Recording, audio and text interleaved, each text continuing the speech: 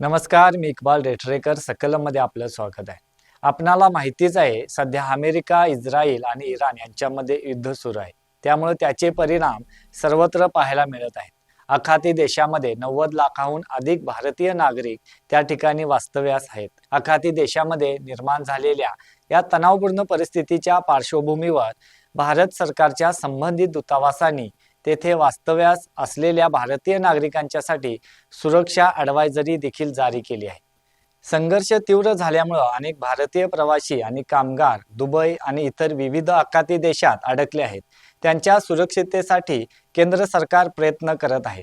या अनुषंगानं Palestine, Ramallah, Qatar, Doha, Saudi Arabia, Riyadh, Israel, तेल अवीव, इराण, तेहरान, त्याचबरोबर इराक, बगदाद, कुवेत, त्याचबरोबर बहरीन, मस्कत, जॉर्डन आणि संयुक्त अरब अमिरात, अबुधाबी येथे वास्तव्यास असलेल्या सर्व भारतीय नागरिकांनी सतर्क राहण्याच्या आणि अनावश्यक हालचाली टाळावी अशा सूचना करण्यात आल्या आहेत. त्याचबरोबर स्थानिक प्रशासन आणि भारतीय दूतावासांनी दिलेल्या सूचनांचं पालन करावं असं आवाहन देखील करण्यात आले.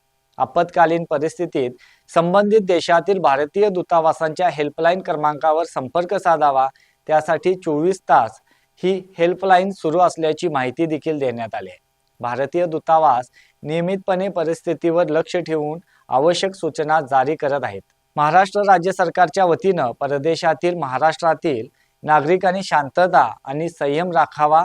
त्याचबरोबर अधिकृत सूचनांचं पालन करावं आणि आवश्यक असल्यास तात्काळ भारतीय दूतावासांशी संपर्क साधावा असं आवाहन देखील महाराष्ट्र सरकारच्या वतीनं करण्यात आले.